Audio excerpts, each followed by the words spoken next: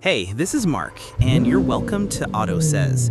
Japan didn't just build cars, it built a feeling. And if you've ever watched a Japanese machine carve through a mountain road like it was born there, you know exactly what I mean. But what if I told you this obsession with precision, beauty, and machine-human harmony came from something far deeper than horsepower or engineering, something tied to culture, philosophy, and even survival? Before we get into it, hit like and subscribe.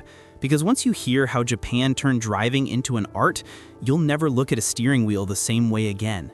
It starts decades ago, when Japan was rising from ruins, rebuilding not just cities, but confidence, and pouring its identity into the machines it built. What most people don't know is that the smoothness of a Lexus door handle, the grip of a GTR in a tunnel, the whisper of a Toyota hybrid, they all come from a mindset shaped by centuries of craftsmanship, from sword makers to tea masters. Driving in Japan wasn't just transportation. It became a quiet rebellion, a way to control chaos in a world that once felt uncontrollable. But here's where it gets interesting. The first generation of Japanese automakers didn't want to compete with America, they wanted to outclass it. And they studied everything from Detroit's big engines to Wall Street's financing tricks. And because Japan didn't have the land for giant muscle cars, they mastered efficiency, balance, and subtle power. Imagine being an engineer told, make a car feel alive, but also make sure it doesn't waste an inch. That pressure created legends like the AE86, the Supra, and the Skyline. Machines that weren't just fast, they communicated, and people felt that. But the true transformation happened on the streets, in secret mountain passes and neon-lit cities, where young drivers with cheap used cars invented an art form, drifting. Not for money, not for fame, just to feel something pure and unforgettable. Meanwhile, Japanese companies were quietly rewriting the financial playbook. Honda and Toyota studied American loan structures and then created their own financing systems that made owning a car affordable for young people. Suddenly, kids who worked part-time jobs could get behind the wheel, and a new driving culture exploded. But you might be wondering, how does a country known for politeness create some of the wildest driving styles in the world? Because beneath the calm, Japanese culture holds a belief: mastery comes through repetition. Whether it's martial arts, calligraphy, sushi, or drifting around a hairpin at 2 a.m., the rule is simple: practice until the movement becomes your identity. And that's exactly what happened. On narrow mountain roads built long before cars existed, drivers pushed physics to its edge. Tires screamed, engines echoed through the trees, and every mistake could cost you everything. That danger made the skill sacred. And while Japan was crafting this underground art, its automakers began building machines that could translate that feeling to everyday people. The Mazda Miata wasn't made to beat anyone in a drag race, it was made to feel effortless, like dancing with gravity. The Subaru WRX wasn't built to look pretty, it was born from rally stages where survival meant precision. Suddenly, Japan wasn't competing in the car industry, it was redefining it. But here's the twist most documentaries never talk about. Japan's driving culture also reshaped global money flow in the auto world. American and European companies were forced to improve their quality because Japanese imports were dominating sales. That meant more competition, lower prices, and higher standards. Your car today is cheaper and better, partly because Japanese drivers demanded perfection decades ago. But let's pause for a second.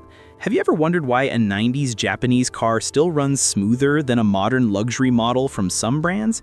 It's because Japan didn't design cars for quick replacement, they designed them for loyalty, for legacy. A strange business move, right? Build things that last too long? But for Japan, reputation mattered more than rapid profit. And that mindset made them global giants. Still, this story isn't complete without talking about the emotional side of Japanese driving. In Japan, a car isn't just steel, it's a companion. Many drivers name their cars, clean them like family, talk to them even. It sounds funny, but it builds connection. And connection builds culture. And culture builds movements. Movements like Touge battles, like drift culture rising from empty parking lots, like the global obsession with JDM cars today. But this is where everything takes a darker turn. In the late 1990s, Japan's economic bubble burst, and suddenly a generation that grew up dreaming of fast cars now had shrinking wallets. People stopped buying new cars, streets got quieter, factories slowed down, and for a moment, it felt like the art of driving might disappear. But this pressure sparked something unexpected. Japanese automakers doubled down on innovation instead of cutting corners. Hybrid technology exploded. Lightweight engineering advanced. Electric ideas took shape long before the rest of the world caught on. Even drifting, once illegal and hidden, became a global sport. What was once a secret became an industry worth millions.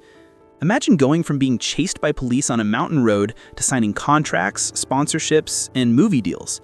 And all of that came from the cultural belief that skill must evolve, no matter the circumstance. But here's the real cliffhanger.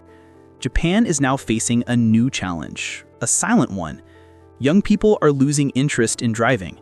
The very country that turned driving into an art now risks losing the audience for the art itself. And as the world moves towards electric and autonomous cars, the question becomes, will Japan's philosophy survive? Will cars built for feeling continue to matter in a world built for convenience? Or will these perfect machines become relics of a time people forgot how to appreciate? This is where you and I come in. Because if you've ever felt your heartbeat jump when an engine revs, or if you've ever smiled for no reason just taking a curve right, you're part of the story. Japan didn't create cars for roads, it created them for people. And as long as people choose passion over boredom, precision over shortcuts, and connection over convenience, the art of driving will never die. If you want more stories like this, hit like, subscribe, and drop a comment about the Japanese car that changed your life, or the one you dream to drive. The next chapter of this story might start with you.